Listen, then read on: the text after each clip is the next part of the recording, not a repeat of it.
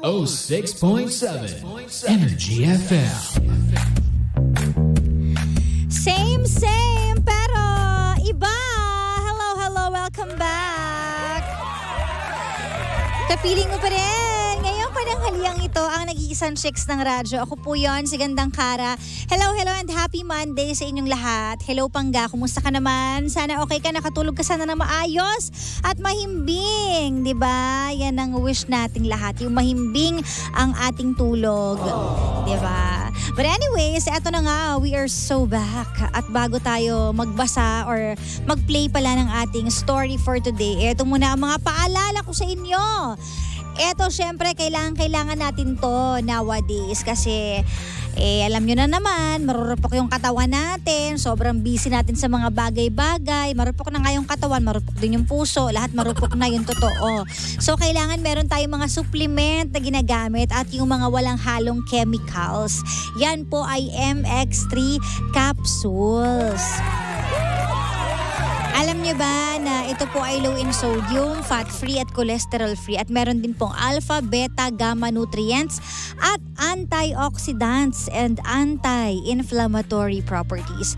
Ito rin pong MX3 products ay dumaan sa state-of-the-art ISO certified na planta at masusing pinag-aralan ng mga highly trained pharmacists and microbiologists. Kaya naman umani ito ng iba't ibang awards mula sa iba't ibang parte ng mundo at maipagmamalaki natin na proudly Philippine-made. For more questions and details, pumunta ka lang sa kanilang website mx3ph.com o kaya naman yung hotline nila 0918-8888-693.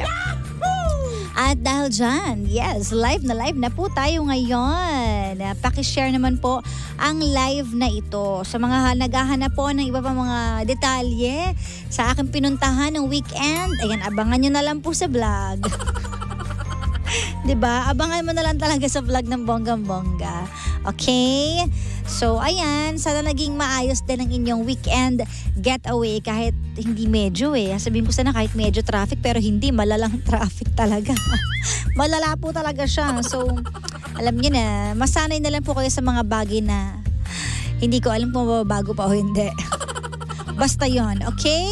Pero eto na nga, dahil live tayo, please paki-like and share ng ating live video right now, as in now na, okay? At huwag na natin patagalin pa ang ating story. Dito lang yan sa Sincerely, Kara.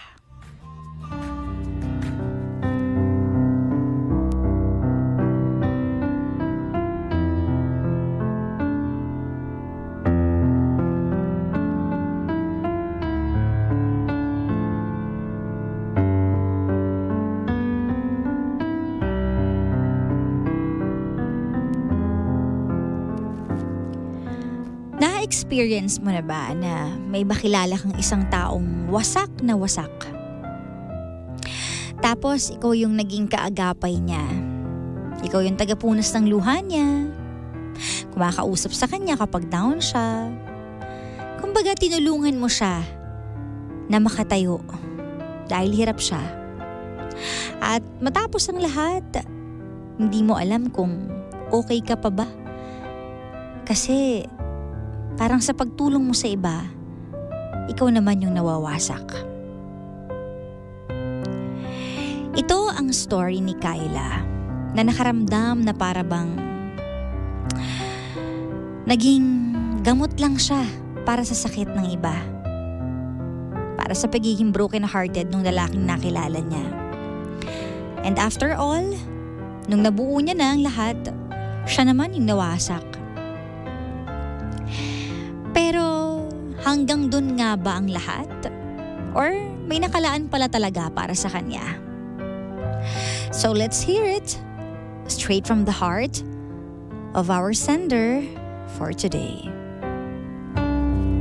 Hello DJ Kara, ako po si Kyla. Matagal mo na po akong tagapakinig at matagal ko na rin pong gustong i-share itong experience ko sa buhay. Yung tipong may binuo ka, pero para sa iba. Babawi, pero hindi sa'yo, kundi sa iba. At ngayon, DJ Kara, Napunta na din po ako sa ganong sitwasyon. May binuong tao, tapos iniwan ako nung buo na siya. Masakit, pero paano kung yun talaga yung papel ko sa taong yun, DJ Kara? Kumbaga kailangan ko trabahuhin na buuin siya. Kasi destined na makita niya yung para sa kanya. 4 years ko siyang binuo. Pero bago pa yun, marami akong pinagdaanan para mabuo lang siya. Pero I made it. Job well done for myself. After ko siya mabuo, nakita nga niya yung para sa kanya. Dumaan ako sa pagiging broken-hearted. Para makamove on ay kung saan-saan ako nagpunta. Nagawa ko siyang buuin. Nagawa ko rin namang hilumin yung sakit sa puso ko. Ang tagal nga lang. One time trip ko pumunta ng park noon. Nakaupo ako noon sa isang bench, umiinom ng mineral water. Nakarinig ako ng hikbi sa kabilang bench. Kahit ang pangit tingnan ay tumayo ako. Inabutan ko ng panyo si kuyang nakayuko noon. Naka-hoodie siya ng black that time. Kinuha naman niya yung panyo ko. At dyan nagsimula yung sarili kong love story. Nakakita ako ng lalaking katulad ko rin ng pinagdaanan. Minsan na ring may binuo, pero hindi para sa kanya, kundi para sa ibang tao. Broken-hearted siya noong nakita ko siyang umiiyak sa bench. Kaya naisip ko, naging instrumento man ako noon sa iba para buuin sila para sa iba. Hindi ko kailangang magalit. Kasi malay mo, yung taong para sa'yo, naging instrumento lang din sa iba. Tapos pagtatagpuin kayong dalawa kapag heal na kayong dalawa dahil sa sakit na naranasan niya noong may binubuo kayong tao. Ngayon I'm happy with him. Yung taong nakita kong umiiyak sa bench noon, ka-forever ko pala. Binigyan ko lang ng panyo noon, asawa ko na ngayon. Akala ko noon ginawa akong instrument kasi wino-work out na yung future ng taong binuo ko. Hindi ko alam, after ko maghili sa sakit na dulot ng taong binuo ko, winwork out na rin pala ni Lord yung love life ko. Pag si Lord talaga nagplano, sobrang worth it. Ayun naman pala. Sino kaya tong binuo na to, no? Paano kaya to na po? Charot lang. Anyways, magbabasa po tayo ng ilan sa inyong mga comments and reactions dito sa ating Facebook Live. Kaya naman, punta ka na sa Facebook mo at hanapin mo lang ang Energy FM 106.7 o kaya naman DJ Kara. That's DJ Space K-A-R-A. At ano nga ba ang masasabi mo sa story ni Kyla na parang nakaramdam siya na rebound lang pala siya before?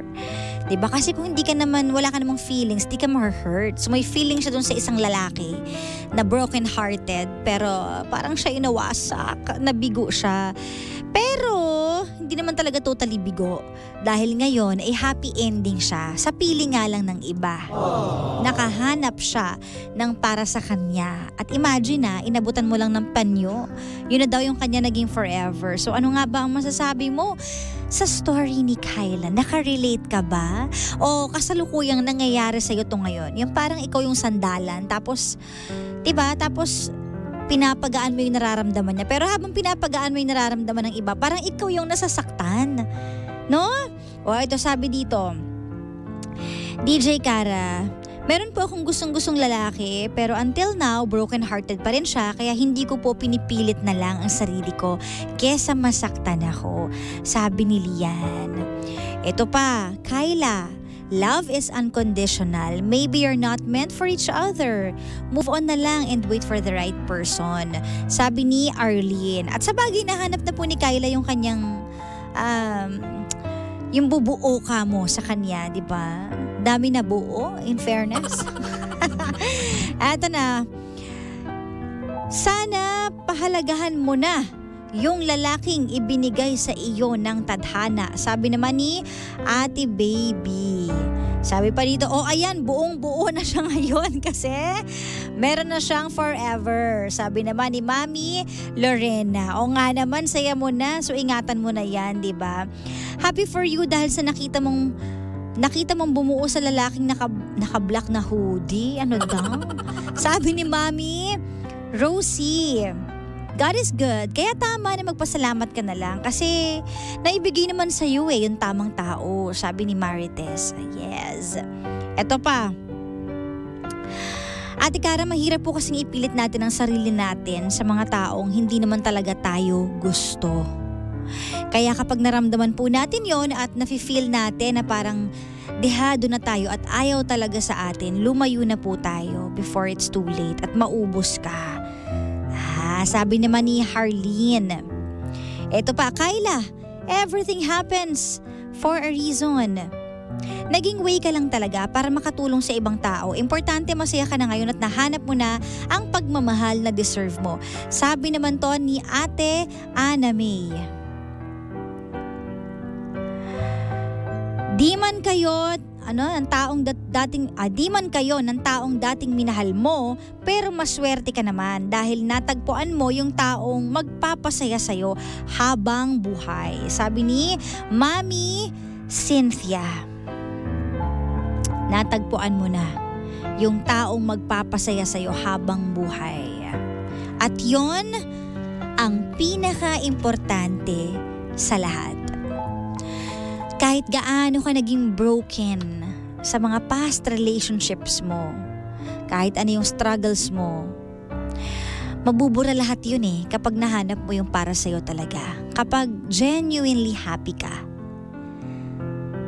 So congratulations, Kyla. Alam mo, itong story ng buhay mo happy ending, makaka-inspire to sa iba. Kasi minsan, di ba, tinatanong natin sa sarili natin, may mali ba sa akin? Bakit ako naman yung nandyan para sa kanya? Ako naman yung tumulong sa kanya. Ako naman yung sandalan niya. Pero ba't di niya ako kayang mahalin? Minsan may mga ganong tanong tayo, diba? Alam mo, isa lang naman ang sagot dyan Simpleng sagot lang. Kasi nga hindi siya para sa'yo. Kaya hindi ka niya kayang mahalin. Ang pagmamahal kasi hindi pinipilit yan. Kahit gaano ka kabait sa isang tao, kahit ibigay mo pa ang buong mundo mo sa isang tao, pag hindi ka talaga mahal, or kapag hindi ka talaga natutunang mahalin, wala kang magagawa Wala kang laban. The more na pinipilit mo, mas sinasaktan mo lang ang sarili mo. Lalo na binibigay mo ang lahat sa kanya, ginagawa mo lahat, pero wala pa rin nangyayari. At habang ginagawa mo yun, ikaw pala yung natatapakan. Ikaw pala yung nadudurog. Yung puso mo pala yung sirang-sira na. Isipin mo rin ang sarili mo. Paano ka naman? Kaya mo nga magmahal ng ibang tao Bakit di mo kayang mahalin ang sarili mo? Why not do it for yourself? Kung ano sa tingin mo makakatulong sa'yo kapag hindi na enough yung ginagawa mo, walk away. Ibigay mo yon sa taong karapat-dapat. Diba? Kasi sayang At balang araw, mahanap mo din yon. At eto na nga, kagaya ng story ni Kyla, nahanap naman din niya. At wag na rin natin panghinayangan yung mga nagawa natin. Kasi ginawa naman natin yun out of love. Di kung hindi uubra, di goodbye. Di tanggapin. Huwag ka na masyado mag-dwell kasi nauubos ang time natin Sa sama ng loob, sa panghihinayang. Sayang ang time because time is really short. Yung time na ginugugol natin doon, gugulin na lang natin yon sa masasayang bagay. I-spend natin yon sa mga taong deserve ng pagmamahal natin. At sa sarili natin. Kasi napaka-importante nun. Kung paano mo din minamahal ang sarili mo. And one day, magiging okay din ang lahat. Like Kyla. Naging okay din ang lahat. Imagine mo, hindi mo ine-expect na doon mo lang pala makikilala. Yan tao mo papangasawa mo. Nakita mo lang na umiyak or nakita mo lang na naglalakad. Minsan, di ba, unexpected ways talaga. Aksidente, mga bagay-bagay. Pero I believe, minsan hindi rin yun aksidente. Lalo na kung pinagdarasal mo yan. Ginagawan kasi ng paraan niya ng Diyos dahil nakikita niya yung mga luha mo, nakikita niya yung mga pain mo.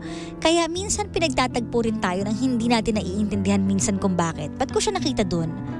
Diba yung mga ganun? Bakit kami nagkasalubong? Bakit ko kaya siya nakilala? There's always a reason eh. Lalo na pag hiniling mo yon, tinutulungan ka talaga na mahanap yung tamang tao para sa'yo.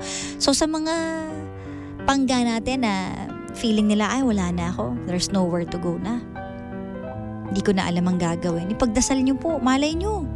One day, yun na pala yun. At kapag hindi binigay, ibig sabihin, hindi pa uubra. Diba? Maghintay lang tayo. There is never a time or place for true love. It happens accidentally, in a heartbeat. Magugulat ka na lang. And once you find the right person, you will see how much love is actually supposed to be easy. Sincerely, Kara.